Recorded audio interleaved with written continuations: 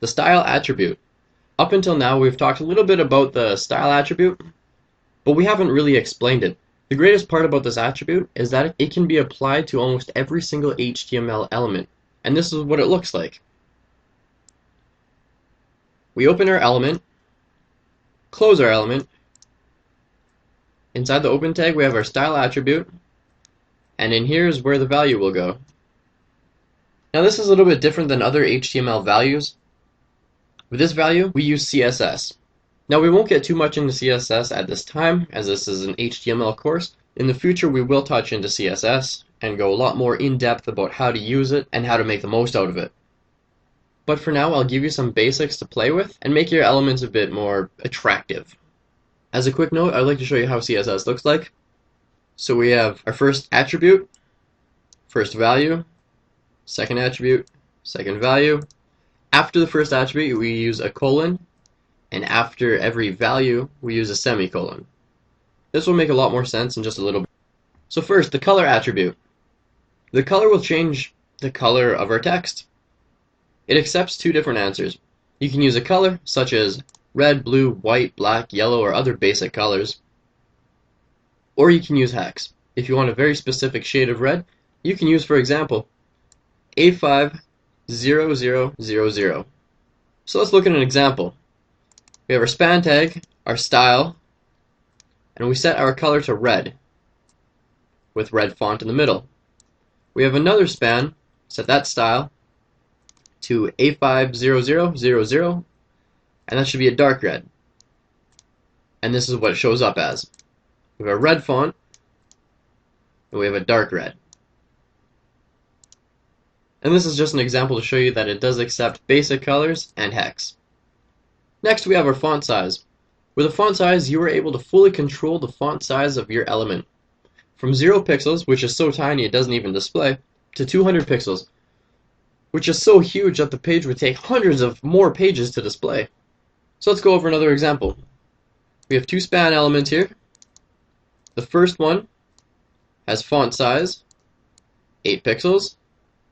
The content says 8 pixel font size. The second one has a font size of 24 pixels. And px is what we use for pixel measurement. And inside we have 24 pixel font size. Now this will show up as a really small one, which is your 8 pixel, and your fair size one, which is your 24 pixel. Typically, websites will be by default be between 11 pixels and 13 pixel font size. For example, I believe Facebook uses 11 pixel font size. And now let's move on to background color. So not only can we change the color of our text, we can change the size of it, and we can change the background color. Now with background color, we can change the background color of almost every element. It will only change a background color where the tag spans. Here's a different background color. First, we have a div element, and then a font element. So with our first element, our div, we have background color 000, which is black, and we use the color of white. If you want the hex color of white is FFF. And then for our second element, we have font, and it has a background color of red, which is F00. Font weight of bold.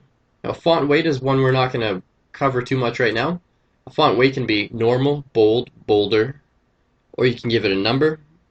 Typically you just want to stick with font weight is normal or font weight is bold. And this just says red background, bold text, not block.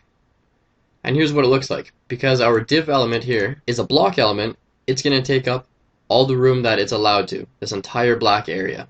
And that's what I mean by where the tag spans.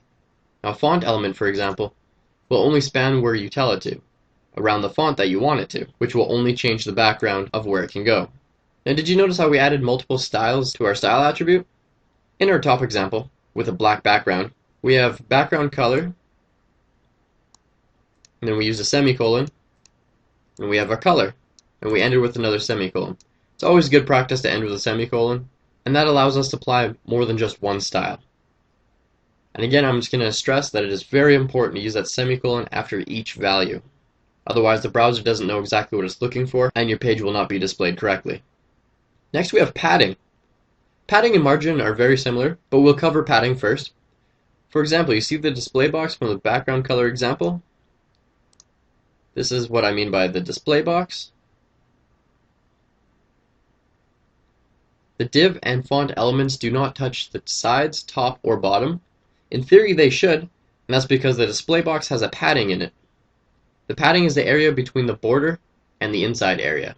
So you can get a physical idea of exactly what padding is. The red border is the total area.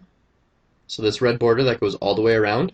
It has a padding of 10 pixels. So we have 10 pixels from the left side to the middle, top to the middle, right to the middle, and bottom to the middle. And that looks like we created a white border inside the red one. Now that's not exactly what we did. What we really did was take away the area that the light blue section is allowed to take up. Now for styling, you can use padding left, padding right, padding top, padding bottom, or just a general padding. If you apply just a general padding, it will apply the pixel all the way around. Like what we did here, we have 10 pixel padding all the way around, and it's equal. Margin. Like I said earlier, margin is very similar to padding, but it's on the outside. So instead of creating a gap on the inside of the border, we'll create a gap on the outside of the border. This is the exact same padding example from above. However, we added a margin of 10 pixels. Our red border now takes up 10 pixels outside of the border. So we have a red border that goes all the way around just like before, but we added 10 pixel margin, which is this area between the black border and the red border. So padding is on the inside, like pads, and margin is on the outside, like your own personal bubble. And the same thing applies from padding. We have margin left, margin right, margin top, margin bottom, or just a general margin. This will put an equal margin around all four sides of your element. And here's the code from above, just to kind of show you what I mean.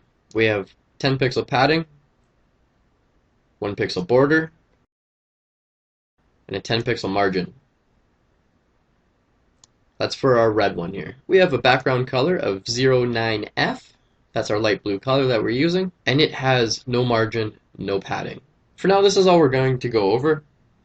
Play around with some of the styling, have fun with it. Make things ugly or pretty. I just wanted to stress the point that you can directly inject CSS into almost any HTML element, and knowing some of these will come in handy. In the future, we will be tackling CSS completely, and you will be able to apply everything you learned from CSS into the style attribute.